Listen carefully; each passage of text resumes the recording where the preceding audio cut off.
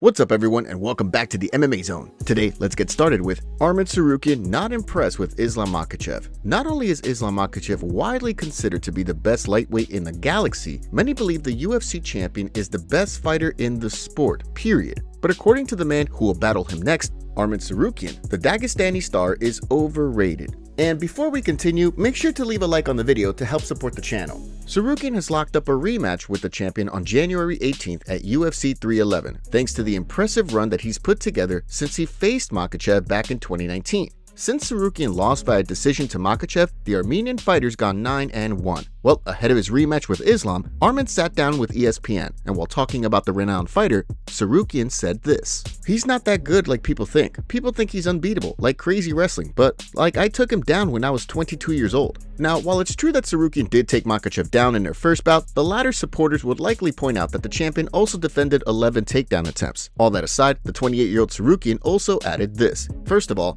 I know how to wrestle very well. Second, I'm young and hungry. I've never had the belt, so it drives me very well. I have a lot of energy for the trainings and I believe I'm the guy who's going to beat him. But the most important thing is that I'm very hungry. I want that belt so much. It's a dream. When I got in the UFC, I was thinking about that. I've been thinking about it for 5 years. It's going to be fascinating to see what kind of game plan each man employs and whether Makhachev does try to take the fight down." During the interview, Tsarukyan also noted that game plans can quickly go out the window once someone gets cracked with a solid shot. Game plan: when you got hard punch gets punched hard, you forget about the game plan. If I heard him, Islam Makhachev, very well, he's gonna forget about his game plan.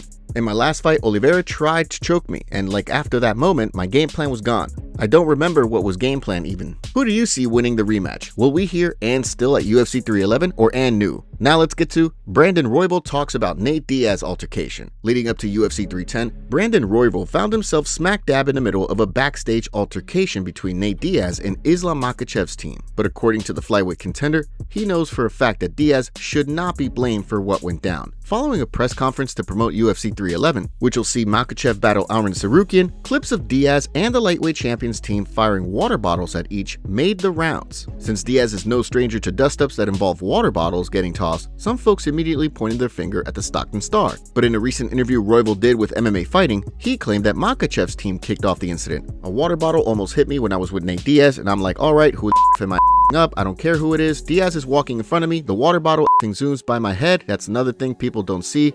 Diaz didn't throw that first water bottle. The first water bottle was thrown at him. He was walking. That water bottle zoomed past, almost took me out. I look up and I'm like, who was that? And then Diaz turned around and I'm like, oh, they're going after him. But originally I thought these were throwing water bottles at me. I was like, what the?" Then Royval proceeded to report that Tagir Ulanbekov was the guy who fired the first bottle. "I know exactly who threw the water bottle. I seen it," Royval revealed. "It was the flyweight Russian kid. He was one who threw the first water bottle. I turned around and saw it. I saw who threw it. It whizzed past my head. I hear commotion and that water bottle whizzed past my head and I'm like, they're throwing it at Diaz. It was just a bad throw."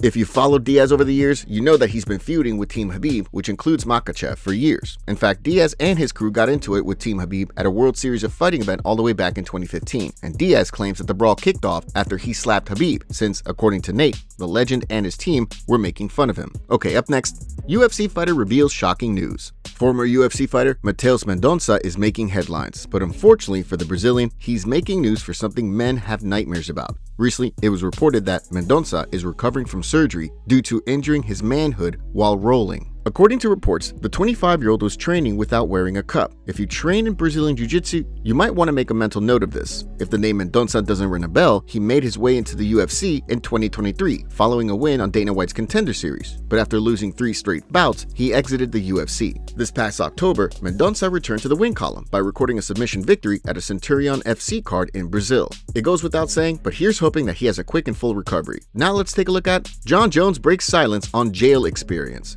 Even casual MMA fans are likely aware that Jon Jones has had his fair share of legal troubles over the years, but recently, the UFC heavyweight champ reflected on a pretty terrifying interaction he had after he was sent to jail for the first time. Recently, Jones appeared on Alex G's YouTube show. During their interview, Bones was asked how many times he'd been arrested, and the renowned fighter proceeded to tell a pretty memorable story. A lot, maybe five times maybe. What's the longest you've done? The longest I did was 3 months. I did 3 months when I was a young kid. I got in a fight with a guy at his house, and they considered it burglary. think I was 17. Yeah. And I think I went to jail for it. I was like 18, so, or maybe a young 19 in jail. Did you fight anybody in jail?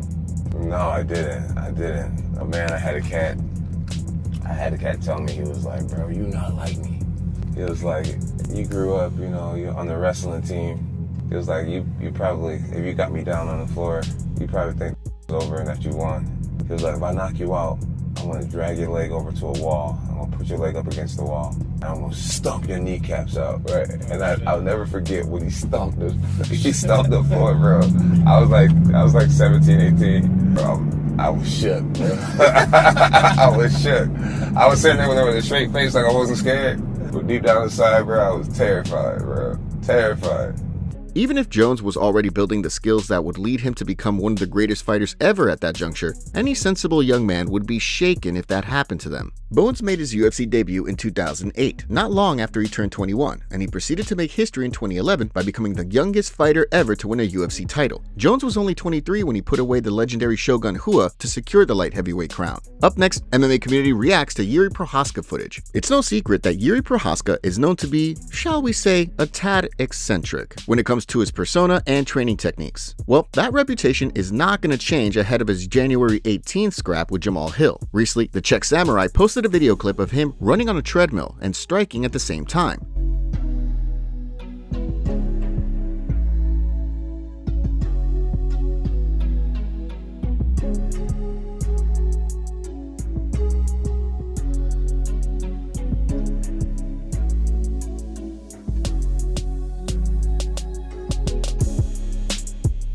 Not surprisingly, the clip prompted some very interesting feedback online.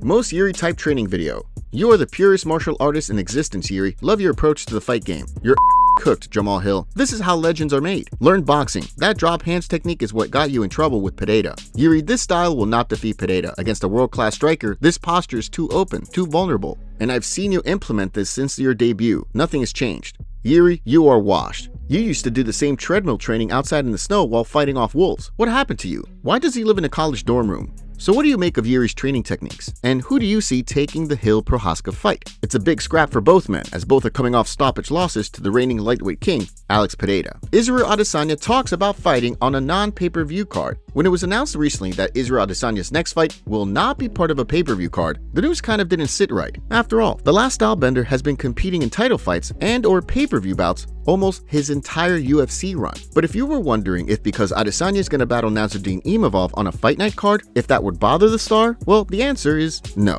Recently, it was announced that Adesanya and Imavov will throw down at the UFC's February 1st card in Saudi Arabia. It'll mark the first time Izzy has competed in a non-title fight since February 2019. A really impressive accomplishment. In a recent video that went up on Adesanya's YouTube channel, he was asked if he cares that he's not fighting on a pay-per-view card, and the 35-year-old said this: "No, I think someone else said that to me. I still get paid. There's still a referee. It's two of us in there. There's a crowd. It's not like in the Apex or something, so it doesn't feel any different. Yeah, it's different. Some are like, oh my god, it must be eating him alive to be on a fight night. It's a Saudi Arabia fight night, first of all. I still get paid." Is it possible Adesanya is just saying this? Maybe, but he certainly seems sincere in the video. Also, it's not like he's been relegated to the prelims. The former middleweight champion is still headlining. Further, maybe on some level, Adesanya will welcome not having to carry the load of promoting a pay-per-view event. But what do you think? Do you believe Izzy is just focused on winning and not whether he's featured in a pay-per-view card? BKFC reveals huge tournament. Bare Knuckle Fighting Championship has made plenty of headlines in 2024, in part because of Conor McGregor becoming a part owner. But recently, the promotion announced plans for a massive tournament in 2025,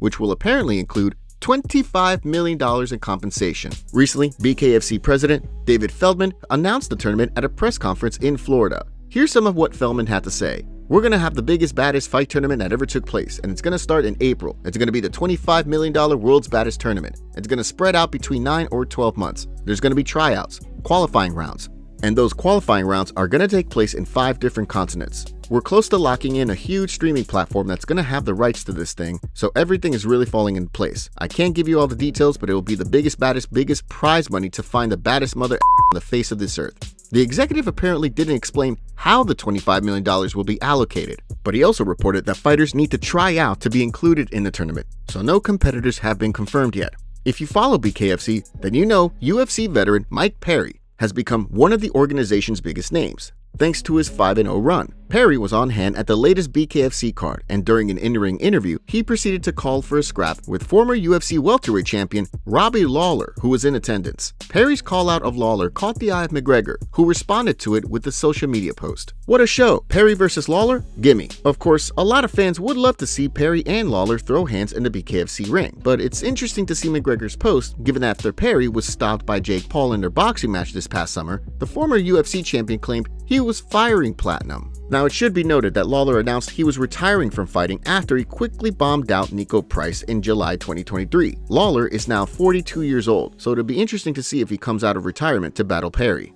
Ian Garry reacts to the leaked message that Kamaru Usman revealed on his podcast. I'm going to show you something real quick. I want to read you something, Henry.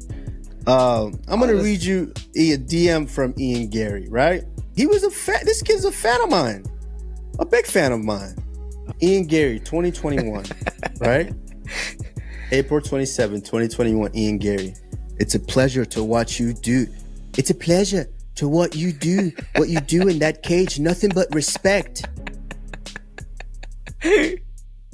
From Ian Garry. Ian said that he had a lot of respect for Usman, but after he turned down the fight against him, he doesn't have the same respect now. Here's what Ian Garry had to say. I had a lot of respect for him until he turned me down. That's a fact. He turned the fight with me down, and that's it. I had a lot of respect for him. I had a lot of respect for him and his career and everything that he did as the champion. And when I was a young kid watching the sport and I was an amateur and I'm watching him fight Gilbert Burns for the world title, and I'm like, this guy's one of the best we've seen. That was the opinion that the world had of him at that point. When that same guy turns down a fight against you, it changes the way you think about him. So I had respect for Kamaru. Might be still a little bit, but not much after you turn me down. Not much. And I don't care what his excuses are. I don't care what his excuses are. You turn down the fight. In my opinion, you're a